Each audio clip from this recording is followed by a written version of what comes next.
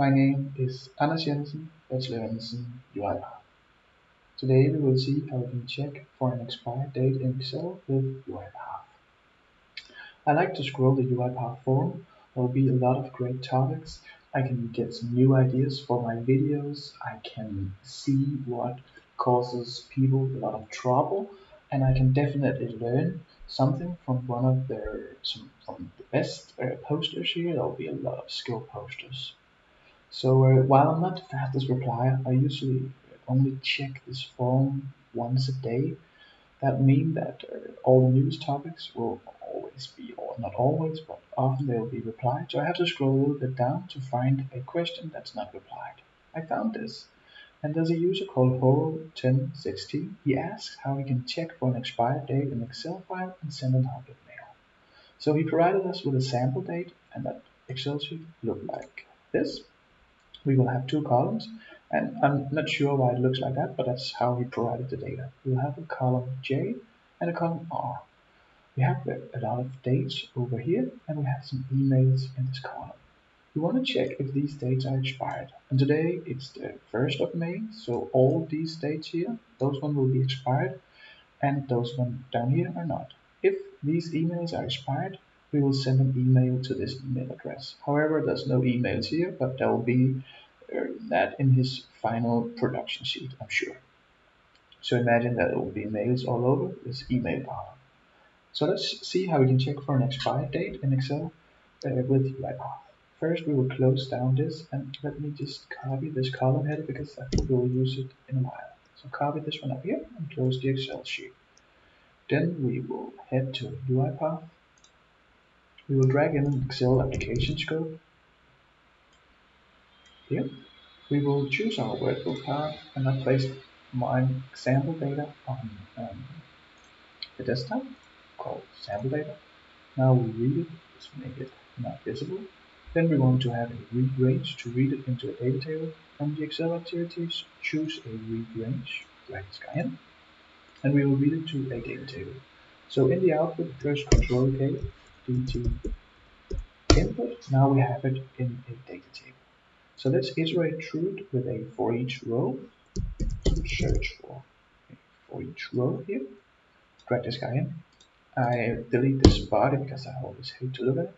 So we want to iterate to each row in the DT input.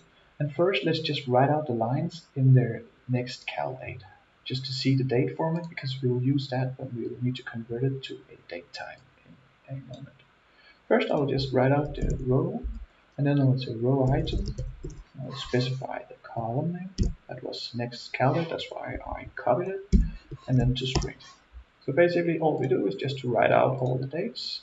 We actually only needed one, but let's just do this for simplicity. We'll have it run, and it will be finished in a few seconds, like this. Then we can go to output, and we can verify the dates here. We can see that it's months first, then days, years, hours, minutes, seconds. That's important because we need to specify this in a while. So copy one of these dates, open a notepad, and I'll just paste this in.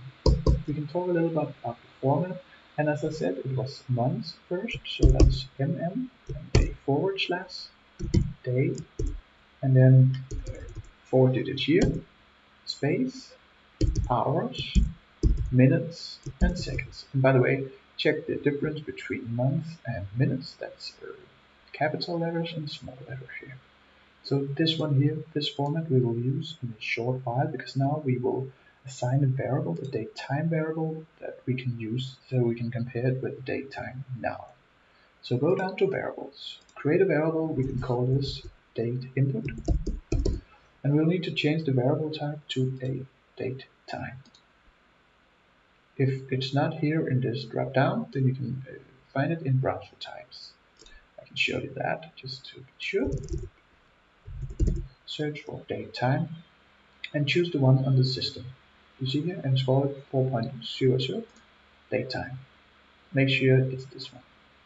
Then you will click and drag it in. Then you'll click OK, and now we created a date time variable. Fine.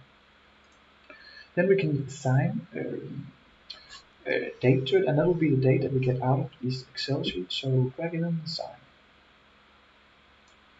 What do we want to assign? Well, we want to assign value. We want to assign that's the DT input. Then let's go up here and copy this because that's the string that we will convert to a date. And we can comment this right line out, or we can delete it. Now I just comment it out. That means that we won't look at it when we run it. But back to this assign. We will go to the value. That's more easy to So we will convert our string that we got up here in each of the rows. That one with the date, we will convert that to a date time, so we can compare it to the date time now. What we'll do is that we'll say date time, like we usually do, pass exact. Oh, sorry, pass exact here, parentheses, and then we will have our input string, and that one was just the one that we just found here, the row item next calculator string, and comma, and then we need to specify the format in quotation marks of the input.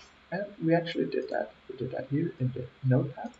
So we will specify this format, copy this one in the quotation marks, paste it in. So now we tell UiPath or the engine that it's this date format that we are looking at.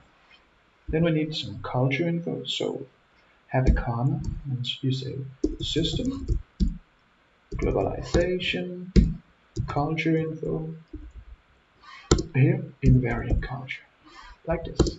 So now we converted our input string with the date from Excel to a date time, like this. Then you can see here that we specified a data table. I'm not sure why we did that. Oh, that was a DT input. That should of course be our date time variable, date input. I like to do these on the fly because then you as a RPA developer, you will make some errors like this and you can be able to fix it.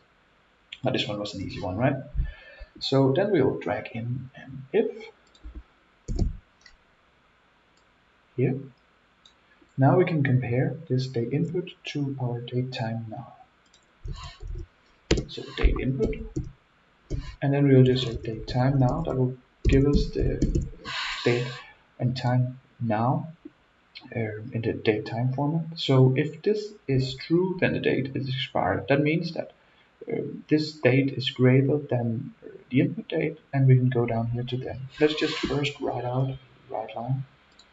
So like this, and we can say something like say we write out the current date input from up here. So date input, and then we will say to string plus a space, and then we could write out the email. That one will be row item. I know we will send an email, but now we'll just figure it out. And I thought it was, I think it was email, right? Like this, and then to string. So this one will just write out the lines that are expired with the corresponding email. Let's see that. We'll wait a few seconds. Wait a few more seconds, and we're gonna go down to output. Let me open it again. Here we can see that we have the expired dates here. We can see that 2019, and we can see that we have one of them have our email address in, like we expected. Then if we wanted to send an Outlook mail, we cannot do that because we only have to mail, so that one will give us an exception. But sorry, we will send Outlook mail message like this. We will drag it in here. What we'll do here is that in the to, we will just say row item email to string, and then we can in the subject we can say something like expired row, I don't know, plus, and then we could put in the date input to string.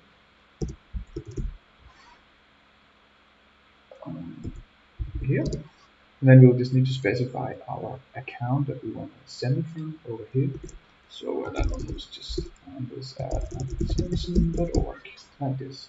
So this workflow will work, however I will not run it because I don't want to send emails, but it just fails. But if you specify all the emails in the Excel sheet, this workflow will work. That's it for today.